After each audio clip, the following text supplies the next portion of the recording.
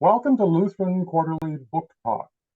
I'm Paul Rorem, editor of Lutheran Quarterly and Lutheran Quarterly Books with Fortress Press. I'm in my home in Princeton, New Jersey, where I first met my conversation partner today, Robin Lever. I, a new professor at Princeton Seminary, and he, a veteran at Westminster Choir College. Welcome to you, Robin. Thank you. Of the 25 books or so that we've already published, one of them has entered into the bibliography in a central way on topics, and that is Luther's liturgical music. Robin Lever's collection of essays back in 2007. The new book coming out shortly is A New Song We Now Begin, celebrating the half millennium of Lutheran hymnals, 1524 to 2024. So, Robin, you've written many books on different topics and different occasions. In this case, I guess the subtitle, 1524 to 2024, starts us off as the occasion, right? Right. Well, I had studied Luther's hymns for more than 50 years, and I've written and published, as you pointed out, many articles on hymnology, but especially the 16th century hymnody. I've got a doctoral dissertation that has much to say about Luther, as well as two distinct books on Luther's hymns. But I've also had a fascination with the way in which Lutherans in particular celebrate notable anniversaries in later times, notably the 95 Theses in 1517, the Augsburg Confession in 1530, in later years.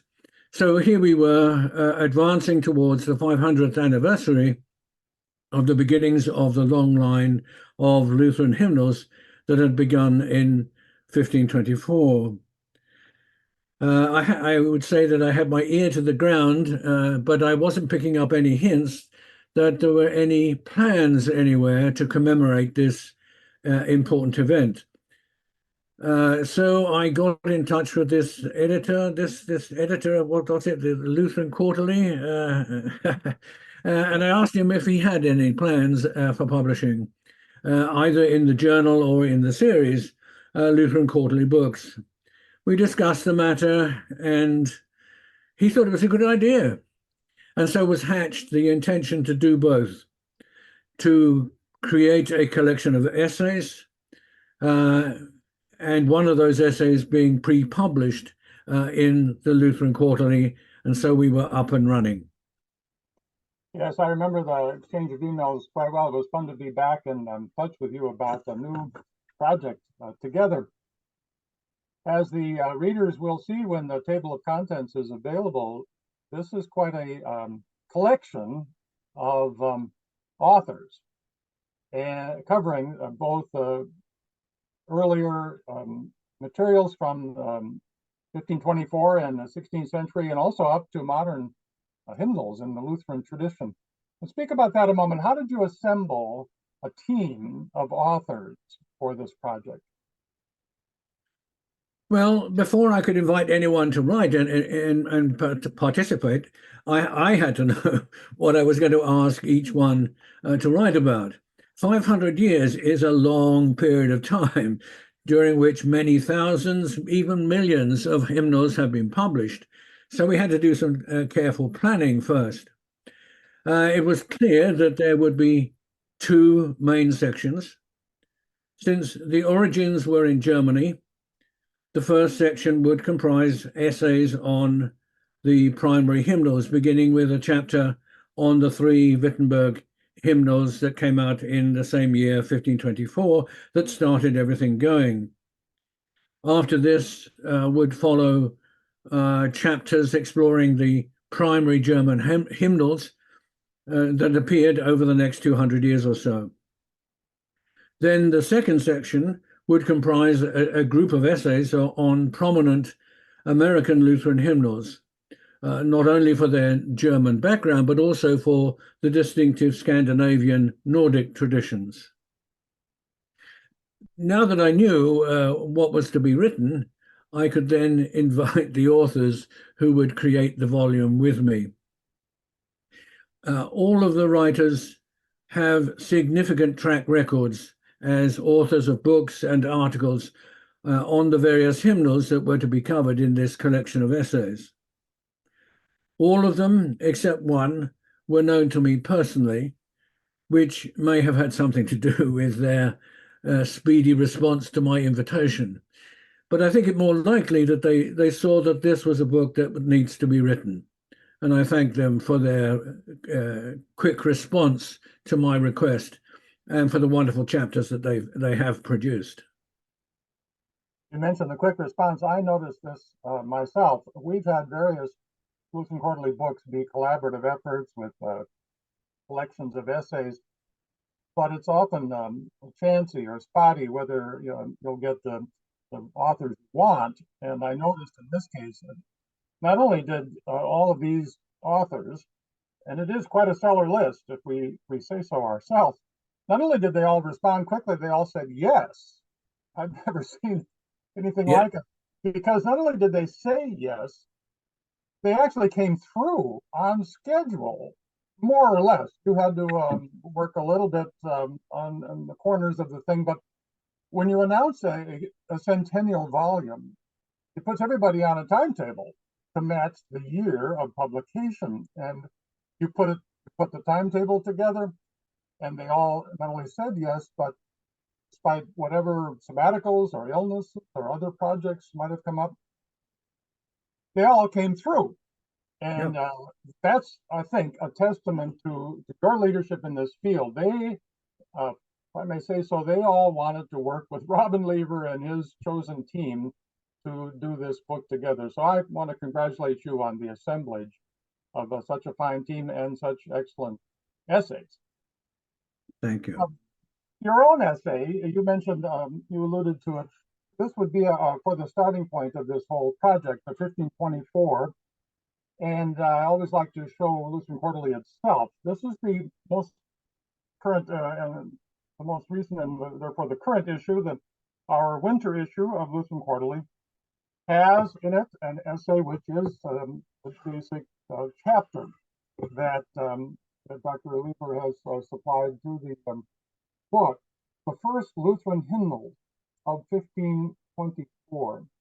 Well, since that's what got it all started, please say a little more about those hymnals and your own work in that side of the story.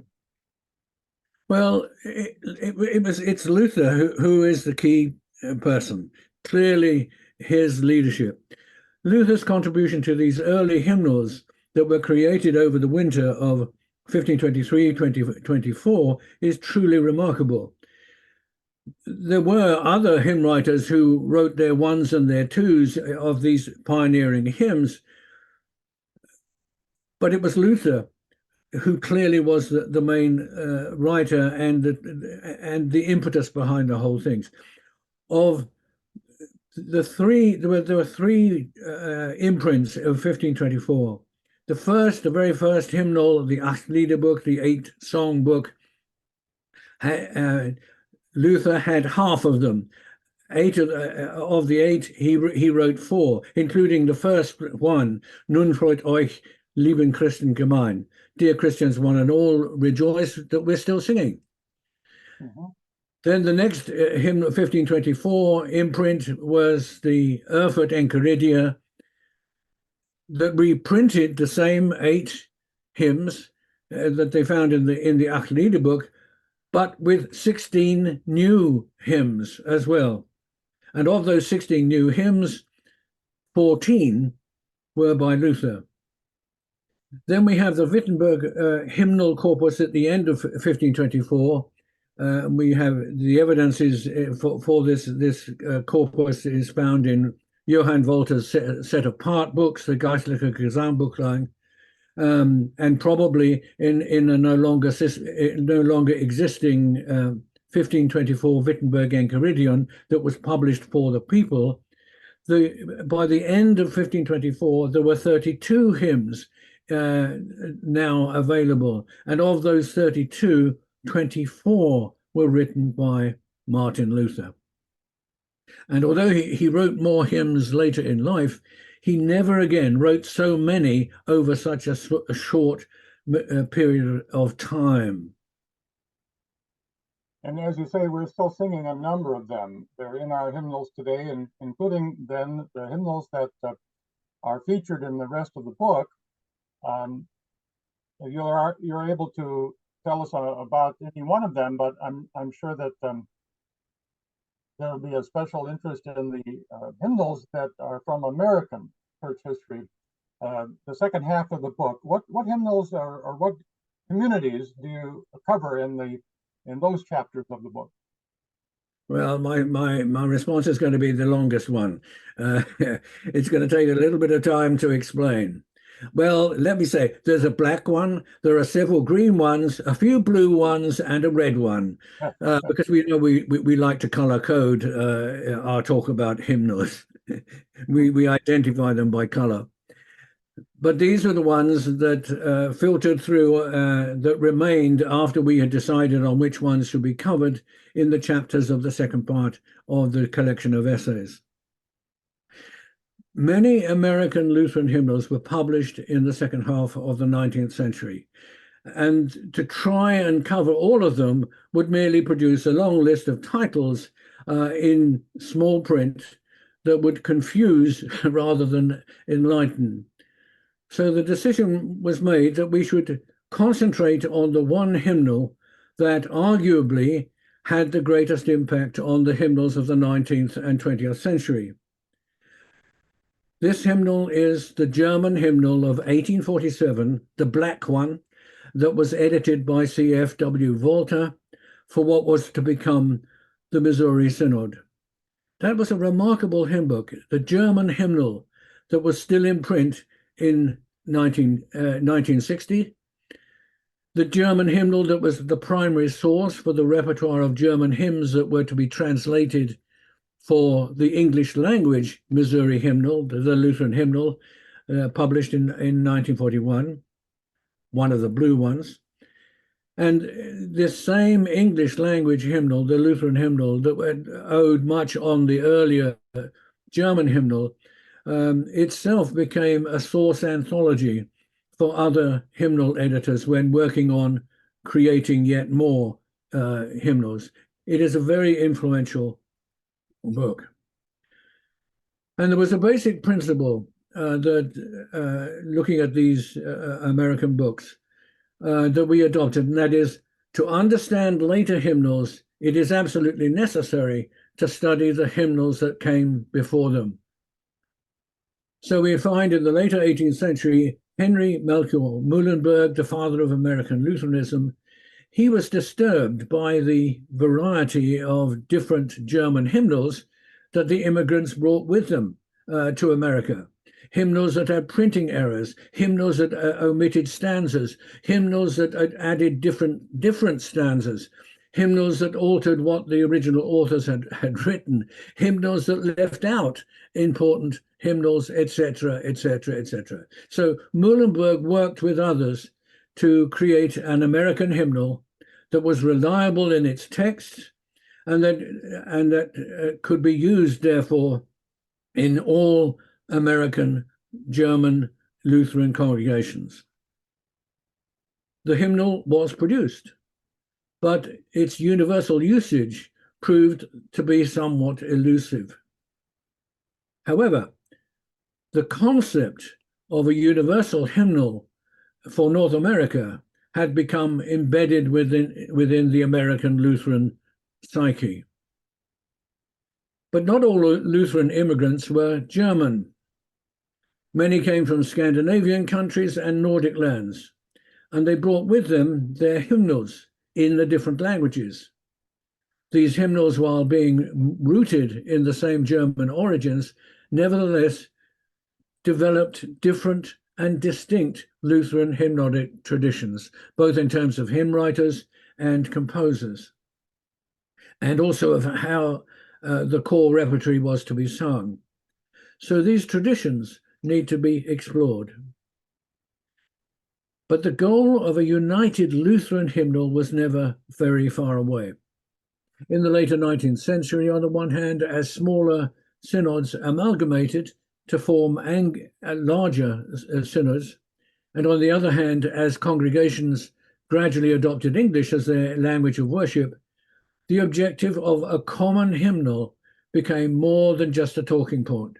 Indeed, throughout the 20th century, there were at least 3 major attempts to create a pan-Lutheran hymnal, and each of the 3 would have to be discussed.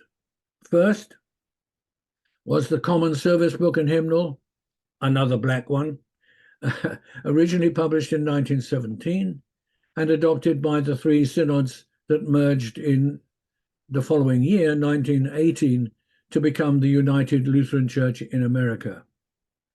The second one was published 41 years later, in 1958, the Service Book and Hymnal, the red one, adopted by 8 denominations, which meant that no less than 2/3 of Lutherans in North America were then singing from this important hymnal.